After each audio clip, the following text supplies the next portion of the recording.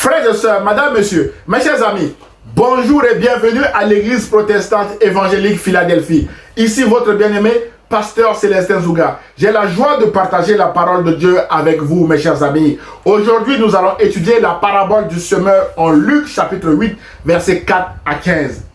Mes chers amis, Jésus aimait imager son enseignement en utilisant les activités de la vie courante pour faire comprendre à ses auditeurs les réalités du royaume de Dieu. C'est à ce titre qu'il a utilisé l'activité d'un semeur pour parler de l'état du cœur de ceux qui entendent la parole de Dieu. Frères et sœurs, mes chers amis, Jésus a dit en Matthieu chapitre 7 verset 19 que tout arbre qui ne porte pas de bons fruits est coupé et jeté au feu. Jésus veut que ses témoins ou ses disciples soient comme un arbre qui porte de bons fruits afin de ne pas subir le sort d'un mauvais arbre destiné au feu, mes chers amis. Ainsi donc, le titre de notre message de ce matin est « Jésus nous appelle à porter de bons fruits », mes chers amis. La question principale à laquelle nous allons répondre dans ce message est « Comment faire pour porter de bons fruits ?» Frères et sœurs, la réponse est dans la parabole du semeur qui fait l'objet de notre étude de ce matin. Alors, quel était le contexte de cette parabole, mes frères et sœurs? Mes chers amis, parlons du contexte culturel. Nous pouvons dire qu'à l'époque de Jésus, la semence était faite à la volée. C'est-à-dire que le semeur dispersait manuellement les graines à semer dans le champ. Ce faisant, certaines graines pouvaient tomber sur le long du chemin qui bordait le champ. Certaines graines pouvaient aussi tomber, mes bien-aimés, sur un sol pierreux ou au milieu des ronces. Et d'autres graines, mes bien-aimés, tombaient en bonne terre. Selon l'endroit où la graine tombait, le résultat de la semence n'était pas le même. Cette activité agricole était très bien connue des auditeurs de Jésus. Mes chers amis, sur le positionnement géographique du lieu où Jésus a donné cette parabole, l'évangéliste Marc nous précise que c'était au bord du lac de Tibériade, d'après Marc chapitre 4 verset 1.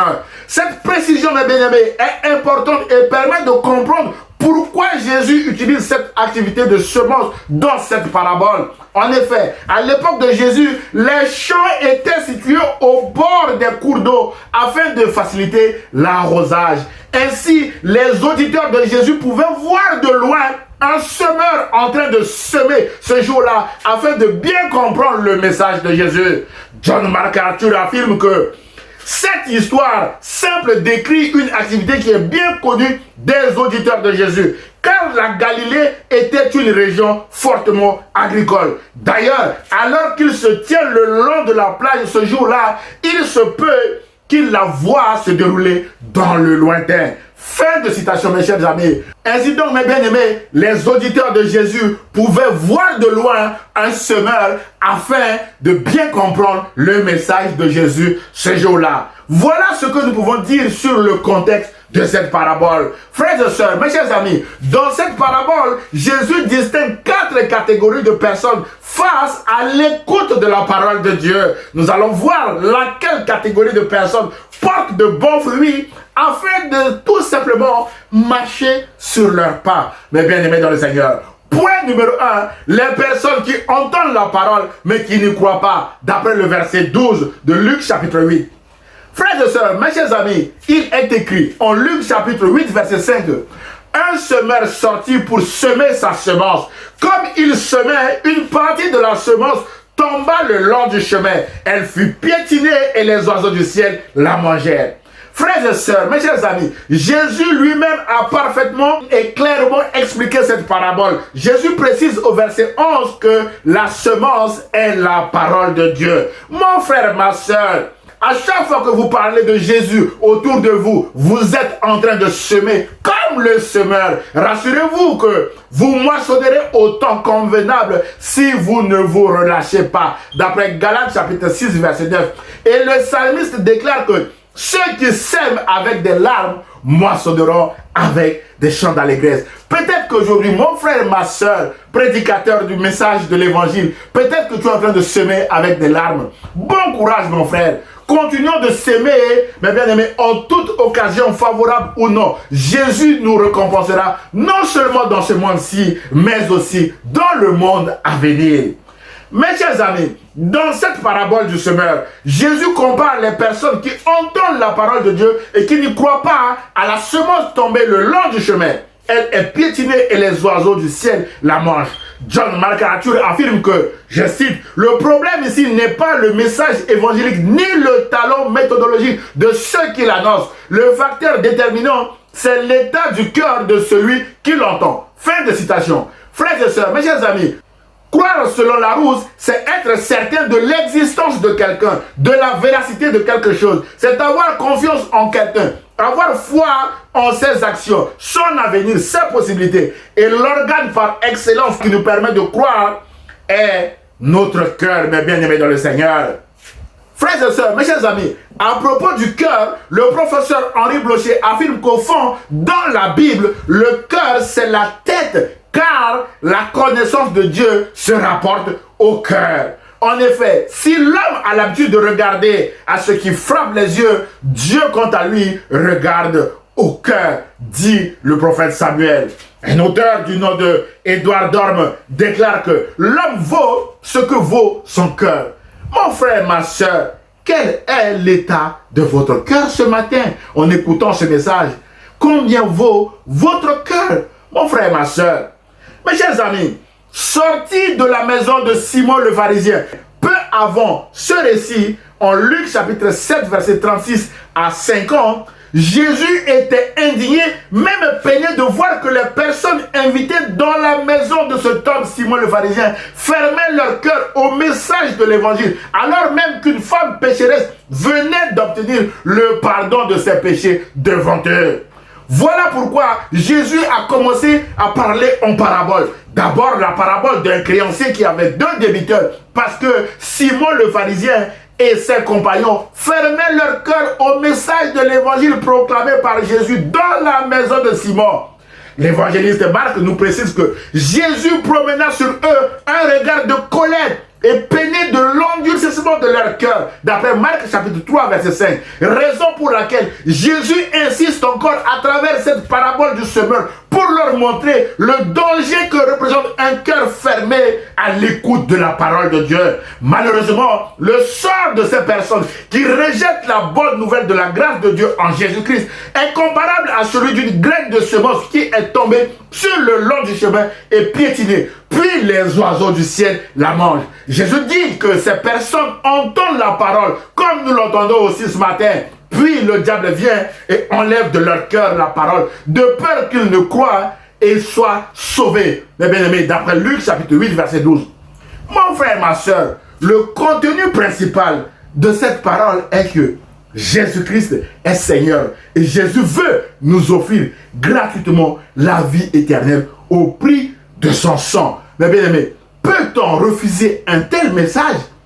Malheureusement, oui, certaines personnes entendent ce message et le rejettent, mes chers amis. L'apôtre Paul précise que ces personnes sont des incrédules dont le Dieu de ce monde a aveuglé l'intelligence afin qu'ils ne voient pas briller l'éclat que projette l'évangile de la gloire de Christ, qui est l'image de Dieu, d'après 2 Corinthiens chapitre 4, verset 4. Et aux Éphésiens, l'apôtre Paul dira que ces personnes ont l'intelligence obscurcie. Ils sont étrangers à la vie de Dieu à cause de l'ignorance qui est en eux, à cause de l'endurcissement de leur cœur, d'après Éphésiens chapitre 4, verset 18.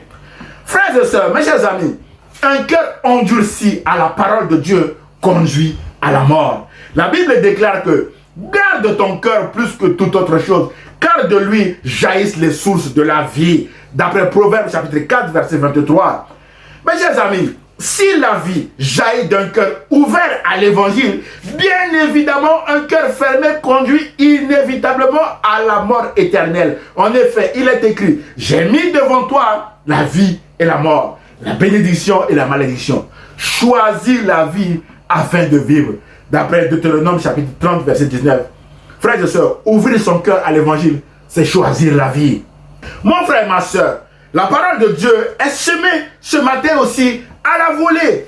Mes chers amis, voulez-vous ouvrir votre cœur en acceptant Jésus-Christ comme votre Seigneur et Sauveur? Si oui, je vous dis alors bravo. Vous devenez témoins de Jésus. Et je prie afin que vous portiez de bons fruits dans votre nouvelle mission de témoins de Jésus, mes chers amis. Point numéro 2, les personnes qui croient mais qui abandonnent au moment de l'épreuve, d'après le verset 13 de Luc 8. Jésus a dit en Luc chapitre 8, verset 6 que une partie de la semence tomba sur un sol pierreux. Quand elle eut poussé, elle sécha parce qu'elle manquait d'humidité. Frères et sœurs, la vie chrétienne n'est pas un long fleuve tranquille. Elle est faite d'obstacles qui poussent malheureusement certains d'entre nous à abandonner la foi. Jésus compare ces personnes qui abandonnent la foi au moment de l'épreuve à une semence qui est tombée sur un sol pierreux et qui sèche par manque d'humidité. Ces personnes entendent la parole, l'acceptent avec joie, merci Seigneur, mais elles n'ont pas de racines, on souligne pas de racines. Elles croient pour un temps et abandonnent au moment de l'épreuve, dit Jésus en Luc chapitre 8 verset 13. Frères et sœurs, un sol pierreux est un sol rocailleux qui empêche la graine de pousser et d'avoir des racines. Et la graine semée devient sèche par manque d'humidité. Cette catégorie de personnes correspond à des chrétiens qui reçoivent la parole avec plein d'enthousiasme. Merci Seigneur, alléluia. Mais malheureusement, on ne reste pas attaché à Jésus qui est la source de vie, afin que cette parole soit constamment arrosée dans leur cœur et cette parole puisse les aider ainsi à rester fermes le jour de l'épreuve. Frères et sœurs, mes chers amis, la parole de Dieu est arrosée à chaque fois que nous la méditons, nous la lisons. À chaque fois que nous participons à des réunions de prière où nous allons au culte du dimanche, mes bien-aimés. En revanche, lorsque la parole de Dieu n'est pas arrosée quotidiennement, notre cœur devient comme un roc, mes bien-aimés, sec. Et nous séchons en abandonnant au moment de l'épreuve ou de la tentation. Frères et sœurs, mes chers amis, certains d'entre nous choisissent parfois de s'isoler pendant l'épreuve. Or, notre isolement peut également nous amener très rapidement à abandonner la foi. Rappelons-nous que dans l'isolement de sa prison, Jean le Baptiste a envoyé dire à Jésus, « Es-tu celui qui doit venir ou devons-nous en attendre un autre ?» D'après Luc chapitre 7, verset 20. Alors, la question est, où est la foi de Jean-Baptiste qui prêchait à ses contemporains de préparer le chemin du Seigneur et d'aplanir ses sentiers? Frères et sœurs, il est très difficile de vivre une vie chrétienne dans l'isolement face aux épreuves de la vie. Le psalmiste déclare qu'il est doux pour des frères de demeurer ensemble, car c'est là que l'Éternel envoie la bénédiction, la vie pour l'éternité. D'après le psaume chapitre 133, mes bien-aimés. Ainsi, frères et sœurs, pendant l'épreuve ou la tentation, n'hésitons pas de faire appel à des frères et sœurs mûrs dans la foi afin de nous aider à surmonter l'épreuve. Jésus lui-même a fait appel aux deux fils de Zébédée, Jacques et Jean, et à Simon-Pierre afin de prier avec lui avant d'aller à la croix. On le lit dans Marc chapitre 14, verset 33. Frères et sœurs, mes chers amis, nous sommes des témoins fidèles de Jésus-Christ. Quelqu'un qui est fidèle, c'est quelqu'un qui n'abandonne pas, quelles que soient les circonstances. Parce que la fidélité s'oppose à l'abandon. Aussi, la fidélité est un fruit de l'esprit, d'après Galates chapitre 5, verset 22. Ce fruit doit être visible de l'extérieur. Alors, n'abandonnons pas la foi car Jésus est fidèle et veut que nous portions aussi ce fruit de la fidélité, mes chers amis. Frères et sœurs, mes chers amis, ce message nous encourage à rester attachés à Jésus, même pendant l'épreuve. Personne d'entre nous ne souhaite faire face à des épreuves pour démontrer quoi que ce soit, mes chers amis. Pourtant, les épreuves sont là. Et Dieu utilise ces épreuves pour nous pousser à nous abandonner entre les mains de son Fils Jésus-Christ. Car Dieu est glorifié lorsque nous sortons victorieux de ces épreuves avec l'aide de Jésus-Christ. Frères et sœurs, mes chers amis, quelle est votre réaction ce matin face à vos épreuves actuelles? Abandon ou fidélité? L'abandon est toujours une mauvaise solution et s'oppose à la persévérance. Restons attachés à Jésus. En effet, Jésus est la bonne personne qui nous aidera à sortir de nos épreuves. C'est ma prière pour nous ce matin, mes chers amis. Alors, marchons avec Jésus pendant l'épreuve. C'est alors que nous aurons la victoire et porterons de bons fruits, mes bien-aimés dans le Seigneur, et nous témoignerons également de la gloire de Jésus. Point numéro 3, les personnes qui entendent la parole, mais qui sont étouffées par les soucis et les plaisirs de ce monde. D'après Luc chapitre 8, verset 14.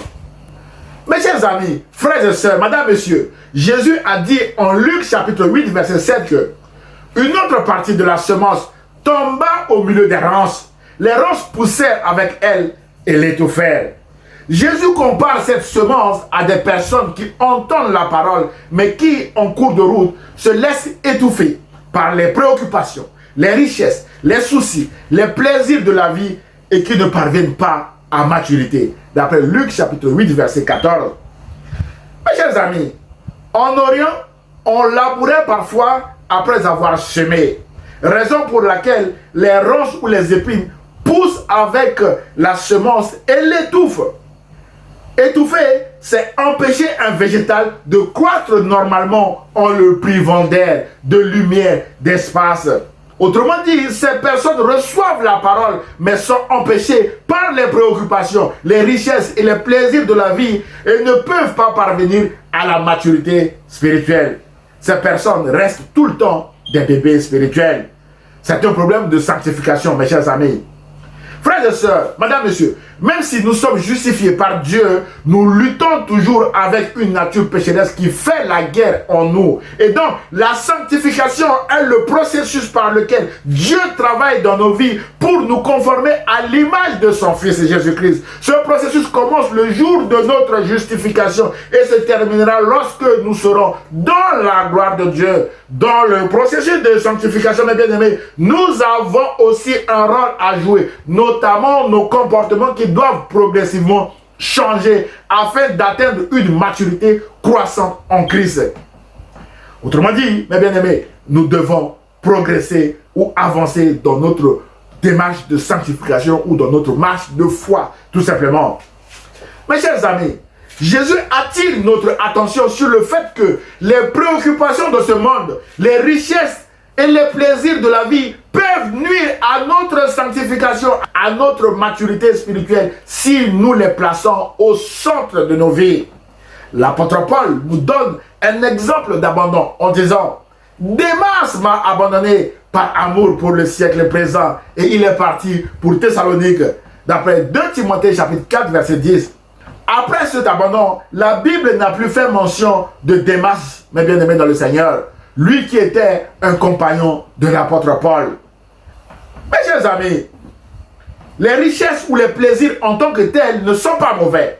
Mais c'est lorsqu'ils nous éloignent de Dieu ou lorsqu'ils créent en nous un sentiment de suffisance à l'égard de la parole de Dieu au point de devenir notre préoccupation principale au détriment de notre sanctification. Alors, nous rentrons dans la catégorie des personnes qui entendent la parole mais qui sont étouffées par les plaisirs de ce monde.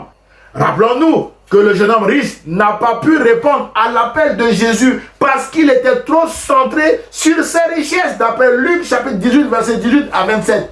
De même, dans la parabole de l'homme riche insensé, Jésus nous met aussi en garde contre notre attitude de suffisance à l'égard de Dieu lorsque nous sommes riches, car notre autosuffisance peut faire de nous des orgueilleux et nous éloigner de Dieu. D'après Luc chapitre 12, verset 16 à 21. Mes chers amis, frères et sœurs, dans la Bible, on parle également d'un homme riche, Zachée, mes bien-aimés dans le Seigneur. Sa rencontre avec Jésus a transformé sa vie. Mes bien-aimés, Zachée n'était pas attaché à sa richesse. Mes bien-aimés, Zachée a pris la décision de suivre le Seigneur. Et Jésus a dit que cet homme est aussi un fils d'Abraham. Et le salut est entré aujourd'hui dans sa maison, dans la maison de Zachée, qui était un homme riche. Voilà un bon exemple, mes bien-aimés, d'un homme riche qui a ouvert son cœur à la parole de Jésus.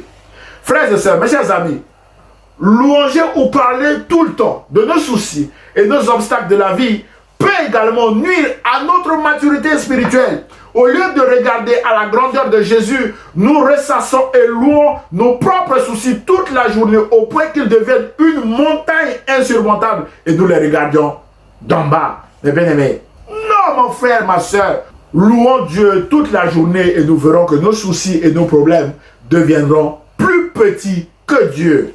Jésus donne un magnifique enseignement sur les inquiétudes de la vie au Matthieu chapitre 6, versets 24 à 27 en disant: ne vous inquiétez pas de ce que vous mangez et boirez pour vivre, ni de ce dont vous habillerez votre corps.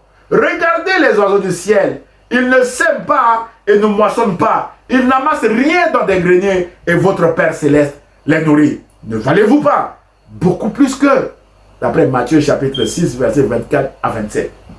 Mes chers amis, ne laissons pas les plaisirs de la vie ou même les soucis de ce monde nous étouffer. Jésus veut que nous portions de bons fruits en marchant avec lui. Point numéro 4, les personnes qui entendent la parole avec un cœur honnête et bon, la retiennent et portent du fruit avec persévérance. On souligne avec persévérance d'après Luc chapitre 8, verset 15. Frères et sœurs, mes chers amis, Jésus déclare en Luc chapitre 8, verset 8 que une partie de la semence tomba dans la bonne terre. Quand elle eut poussé, elle produisit du fruit au centuple. Après cela, Jésus dit à haute voix que celui qui a des oreilles pour entendre, entende. Mes chers amis, Jésus compare les grains de semences qui sont tombés en bonne terre et qui produisent du fruit au centuple à des personnes qui entendent la parole de Dieu avec un cœur honnête et bon, qui la retiennent et portent du fruit avec persévérance, mes bien-aimés, d'après le verset 15 de Luc chapitre 8.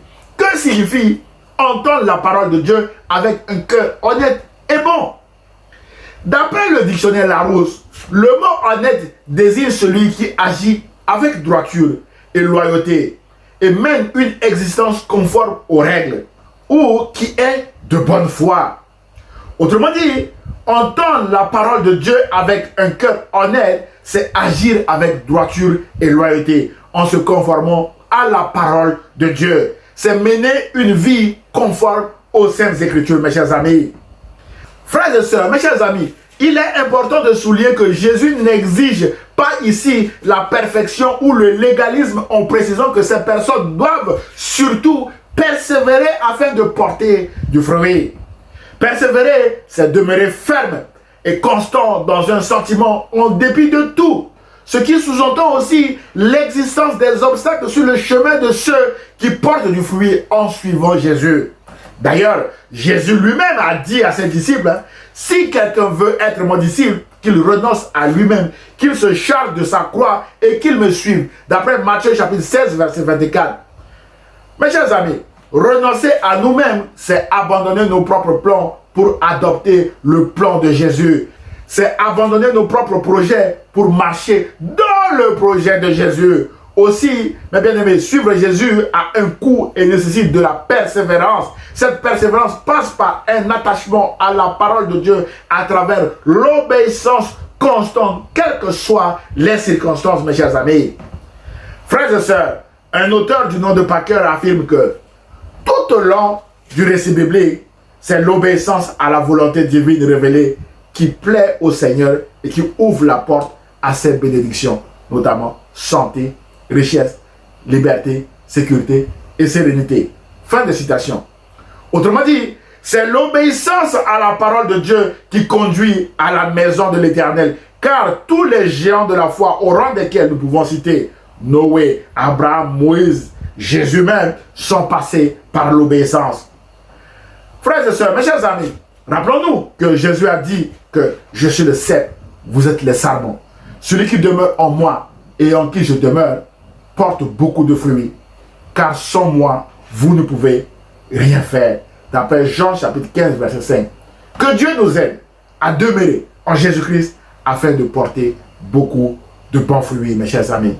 En conclusion de notre message de ce matin, de la même manière que le semeur sème sa semence à la volée, la parole de Dieu vient d'être semée à la volée, mes chers amis. Quelle est votre réaction? Quel est l'état de votre cœur? Ouvert ou fermé? Jésus relève 4 catégories de personnes, nous l'avons vu. Les personnes qui entendent la parole, mais qui n'y croient pas. Les personnes qui croient, mais qui abandonnent au moment de l'épreuve. Les personnes qui entendent la parole, mais qui sont étouffées par les choses de ce monde et qui ne parviennent pas à la maturité spirituelle. Et enfin, les personnes qui entendent la parole de Dieu avec un cœur honnête et bon, qui la retiennent et portent du fruit avec persévérance. De quelle catégorie de personnes êtes-vous ce matin, mes chers amis? Jésus nous appelle à porter de bons fruits en tant que disciples et témoins fidèles du message de la croix. Dieu a dit en Ézéchiel chapitre 36, versets 26 à 27 que je vous donnerai un cœur nouveau et je mettrai en vous un esprit nouveau. J'ôterai de votre corps le cœur de pierre et je vous donnerai un cœur de chair.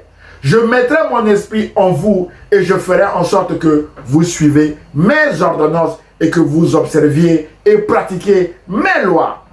Que Dieu nous aide à marcher avec Jésus et à porter de bons fruits comme des graines tombées en bonne terre. Mes chers amis, enfin, à la fin de sa parabole du semeur, Jésus a dit à haute voix que celui qui a des oreilles pour entendre ce message l'entende. Que Dieu vous bénisse, mes chers amis. Prions le Seigneur. Seigneur Jésus, donne-nous un cœur de chair ouvert à ta parole et aide-nous à la mettre en pratique afin de porter de bons fruits dans la mission que tu nous as confiée comme témoin du message de la croix. Et je prie au nom de Jésus et le peuple de Dieu répond Amen. Frères et sœurs, mes chers amis, si vous avez aimé le message, merci de le liker et de le partager à vos proches. Vous pouvez également m'envoyer un mail d'encouragement, vos sujets de prière, voire même des questions ou remarques sur le message à église de Philadelphie 785@gmail.com. J'aurai le plaisir de vous répondre. À dimanche prochain, à 10 h en présentiel, si vous êtes à Sartrouville et dans les villes environnantes, et aussi à 10 h sur la page Facebook ou sur la chaîne YouTube de l'église protestante évangélique Philadelphie. Et ce, si Dieu le veut. À très bientôt, mes chers amis. Au revoir.